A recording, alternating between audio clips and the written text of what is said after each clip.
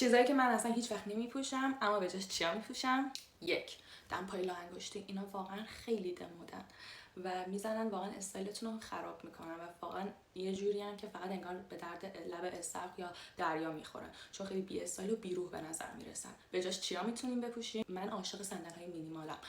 میتونه بندی باشه، تخت باشه، باز باشه، جلو بسته باشه. اینا هم خیلی راحت ترن، هم خیلی استایل شده و شیک‌تر به نظر میرسن در حین سادگی. دو، طرح‌های شلوغ سر تا پا. اینکه تمام آیتمایی که میپوشیم از بالا تا پایین طرحدار و رنگی رنگی باشه. اینا واقعا باعث میشن استایلتون رو خیلی شلوغ به نظر برسه و خیلی زیادی هم. به جاش چیا میتونیم بپوشیم؟ میتونیم از یه دونه آیتم خیلی خاصی که رنگ خاص، طرح خاصی داره استفاده کنیم، مثل یه دونه شال گردن، کمربند یا حتی یکی از پیسای لباستون، آیتم‌های لباستون. اگه رنگی یا طرحدار باشن خیلی قشنگ‌تر به نظر میرسن و میتونیم بقیه استایلتون رو خیلی ساده نگه داریم. 3، این کفشایی که خیلی بزرگ و سنگین و ناراحتن، واقعا اینا استایل من نیستن به هیچ عنوان و به نظر من خیلی زیادی میکنن، کلا میزنن تمام استایلتون رو خراب میکنن.